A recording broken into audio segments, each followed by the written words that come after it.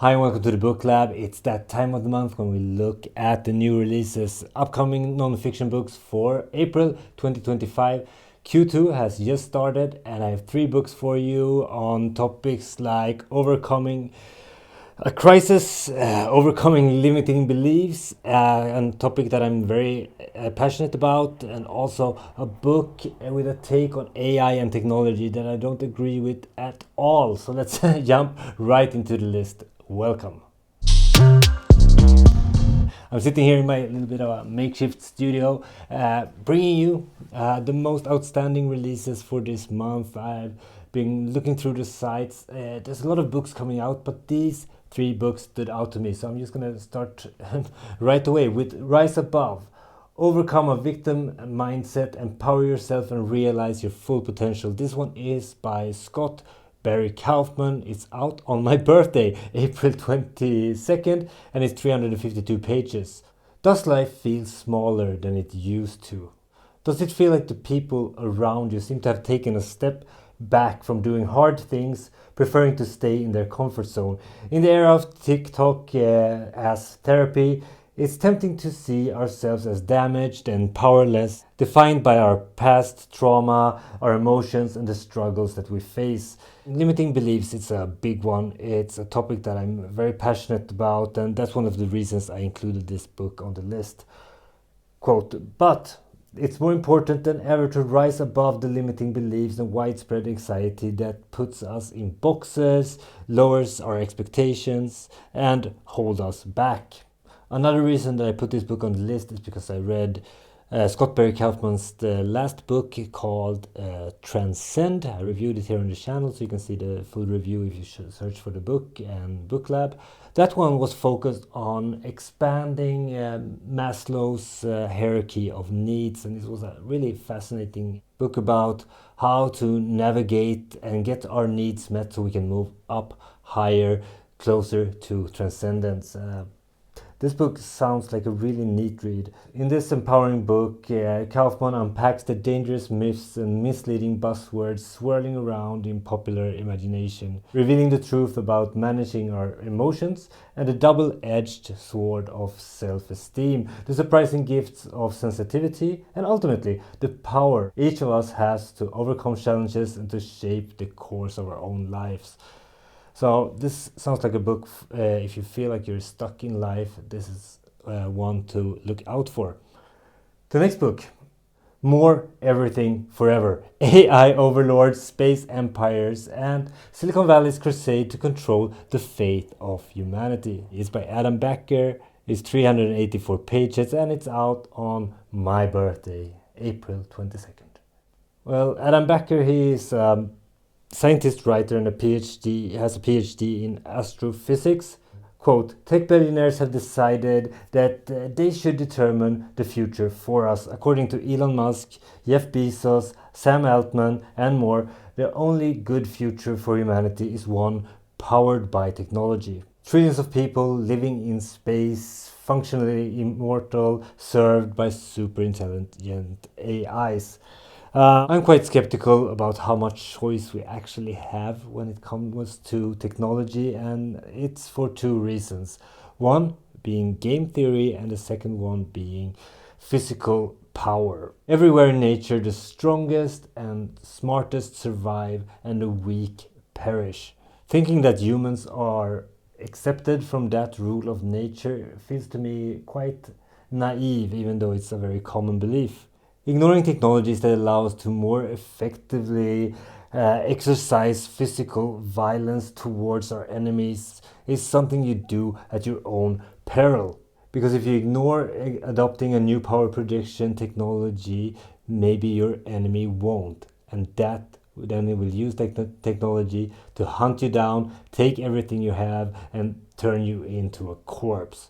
And that might sound a bit like a downer and very Hobbesian, but I don't see that the world works any other way, even though we very much try to hide it. A book you can read about this is Soft War. It's a very interesting theories around physical power in the world and what it means for different species.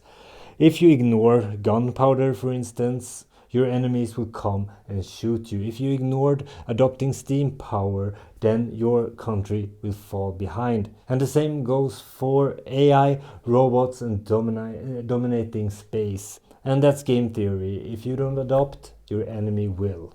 It's not exactly how I would like the world to work, but that's how the world works. And that's why I find this book interesting, because it will be interesting to hear this author's idea about what kind of choice we have, what's the alternatives to the paths that we are heading down right now.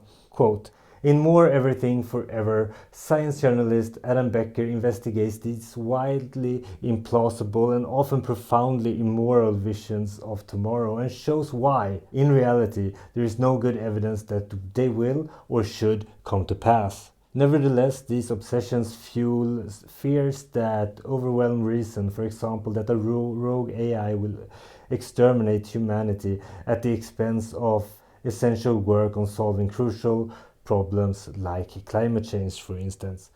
What's more, these futuristic visions cloak a hunger for power under dreams of space colonies and digital immortality. The giants of Silicon Valley claim that their ideas are based on science, but the reality is darker.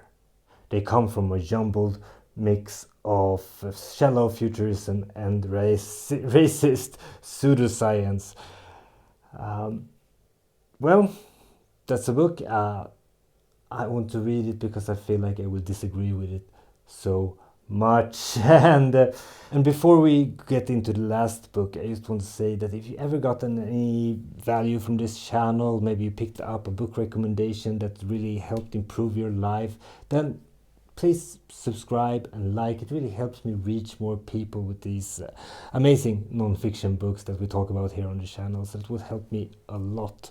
The third book on the list is called Conquering Crisis, 10 Lessons to Learn Before You Need Them. It's out on my birthday on the 22nd of April. It's 336 pages and it's by Admiral William H. McRaven. And maybe you recognize this name. It's because he wrote the book back in the day based on a commencement speech that he did at some school somewhere. That turned into a book called Make Your Bed, which is a book where he collects 10 lessons from Navy SEAL training that he thinks that applies to everyone's life in general. This is one of those great books if you're just a new reader and your focus when it comes to nonfiction is personal development. This is a really short and sweet book that you will get a lot of value out of. I really enjoyed it when I read it. I also have a full review of that one, by the way. So what is this book about? Admiral McRaven, he is a former Navy SEAL. He's now a 4-star admiral. And in this book, he spills the beans on what it takes to handle a real crisis in life. And that sounds like a topic that would be great to start the next quarter with. Throughout his 40-year career, Admiral McRaven has experienced every manner of calamity imaginable, from managing failed hostage rescues to responding to student unrest. McRaven has learned how to successfully navigate crisis, those moments that push the limits of your experience and challenge your confidence, when leadership skills alone may not be enough. And this book promises to provide new tools for how to handle stressful moments with poise. It breaks down a crisis into 5 phases: assess, report, contain, shape and manage, and provides concrete steps to come out on the other side stronger. Admiral McRaven sheds light on how we can rise to the occasions in times of crisis and act as leaders, no matter the situation. That sounds like a fun book, great book. Maybe you had a crisis recently, maybe you can learn something from this one. So those are 3 quite different but very interesting books. So I'm going to pick one, pick of the month. Now I only have 3 to choose from, so that feels like it's going to make it easier than other months. And I'm actually going to pick the one that I disagree with, or that I feel like I will disagree with. And that's Adam Becker's More Everything Forever. I'm actually going to order this book right after I record this, because I feel like it's nice to follow up on this, because I have this preconception that I will not agree with this book. It will not be the opinions that I stand for, so it will be a really fun book to review. Speaking of reviews, there are reviews coming up on the page. Oh, and I also got some book in the mail that I just want to share quickly as an extra, since the list wasn't that long. Yes, I'm gonna record this tomorrow. This was the one where my recording got messed up and I have to redo it. It's Hayek's The Road to Serfdom, where Hayek basically tries to make an argument for why planned societies fail, and he makes a really good argument for it. And I also got in the mail, I'm reading this for my book club, The Diary of a CEO, the 33 Laws of Business and Life. This is a book that I've seen in my feeds a lot from different book accounts, so I'm kind of liking it. Too much marketing for me, but there are some rules in this one that are really good, so I'm looking forward to put out a review on that. And then I got actually a really good recommendation from a girl on X, The Great Work of Your Life, a guide for the journey to your true calling. Quite generic title, but it's a great book, because this book talks about your vocation in life, your life's work, how to find it, how to make the most of it, and it ties to the teachings of the Bhagavad Gita, the teachings about Dharma. I'm really hooked on this book, so I'm just gonna enjoy talking more about it on the channel soon. That's it for me this week. Happy reading, everyone, and see you in a couple of days with another review of that Hayek book. Until then, you're not.